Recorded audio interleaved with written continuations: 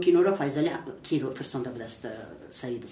یکیش با نام عبدالسلام بود، دیگرش با نام جمعه خان بود، یکیش با نام قربان بود، یکی دیگرش با نام خواجه نظر و چنان گروهی بین المللی بودن که هر کدامش نماینده یک ملت بود.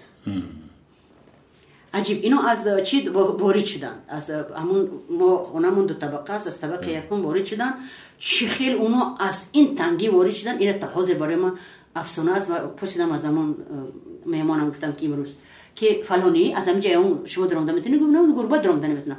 گفتم اونایی که از اینجا وارد شدن با автомат برای کشتن من، با تپانچه و با گراناتمیات، اونایی که تانک میزنن کو وارد شدن، گفتم اونا هر کدومش بود پوستین داشت. خب گریبان توبه داشتن. وقتی که اونا وارد شدن و دیدن من تنها، من در یکی از اون کتابام نوشتم که وقتی که قاتلان من در روبروی من با سلاح آخرین قرار گرفتن، هیچ کس با من با خدا مثل من به خدا نزدیک نبود.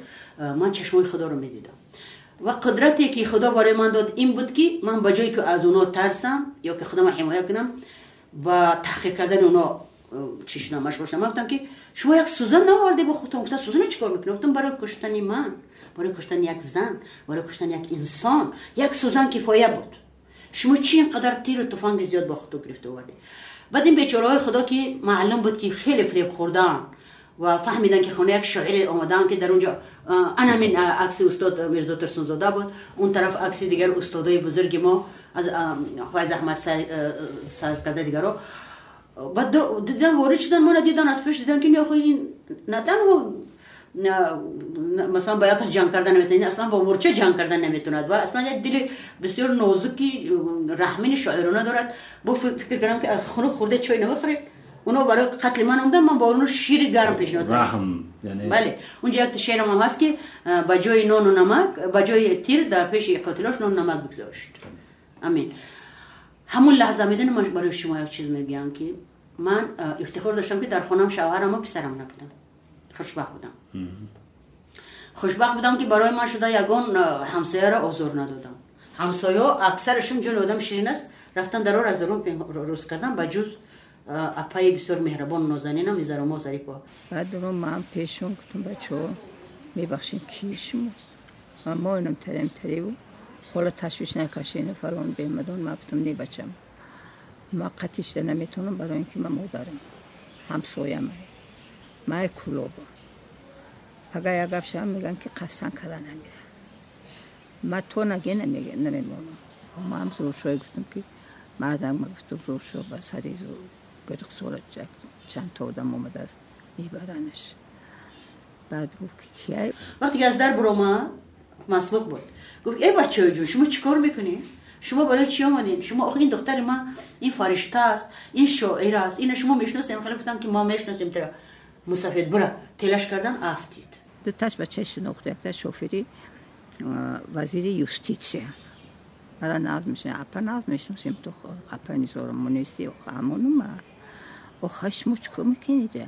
ما برای می اپام اومدیم که بریم همی که فیضلی جان گفت که بیا یک 4 تا بزم کنیم، بیارش شیرخونی کنه، یک 4 تا بزم کنه سالت داده. وقتی که عزیز پیدا شد از روبرو، من نمیدونم برای چی دخوره برای شما پتیسم نبودن اونا. بعد من گفتم که الکی میبردن من گفتم که عزیز بچه پسرم تو میتونی با مادرت افتخار کنی. من بدونستم که من کشتن میبرن. یکی اپای نظارمو داوید رفت عزیز آغوش کرد بوسه کرده گفت که ای بیژن آمدی، یعنی که نخواست که بفهمن که این پسری منه. گفت که نه، گفت که خیال کردی نبیره اون اومد. ای بیژن آمدی عزت‌تر در کجا میگردی؟ گفت یعنی که خطای من اصلاح کرد، میتونستم بچه‌مو با من ببرن. دوستی اینا بعد در اوجا ما گفتم دیگه تلفن بگیرین خبر بدین تیز. بعد گفتن ایوسو خبر دادن که حقیقتا راست بودن شوشه گرفتن. بعد دوستی اوجا میبرای پیشرشون میگیره. انا سید امیر ظهورو که رئیس کمیته امنیت ببینید سالهای سال گذشته است و این گپ باید گفت.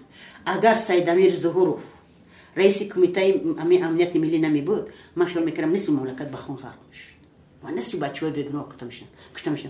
وقتی که ما آمدیم با نزد سید امیر ظهورو و سید امیر ظهورو همراه دوستیو برگردوندن من، چون قصه دیگه معروف شد، همه فهمیدن.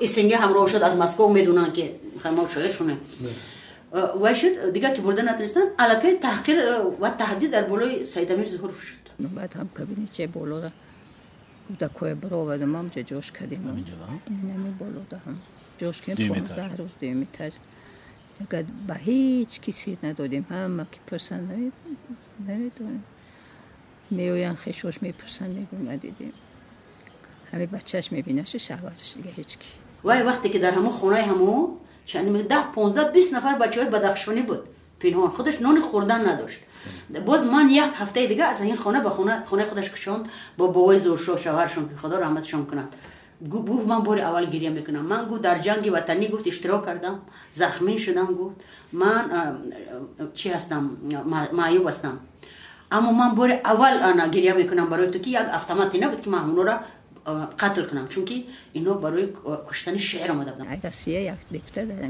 پاسپورت روسیه کار میکرد بعدم قطعه گفتنون کرد بعد همونو یک کمرس تشکیل کردن بعد وقت ساعت معین کردن وقت ساعتش ده بعد ایره پشوندیم نمولا ساعتش ده کشیدیم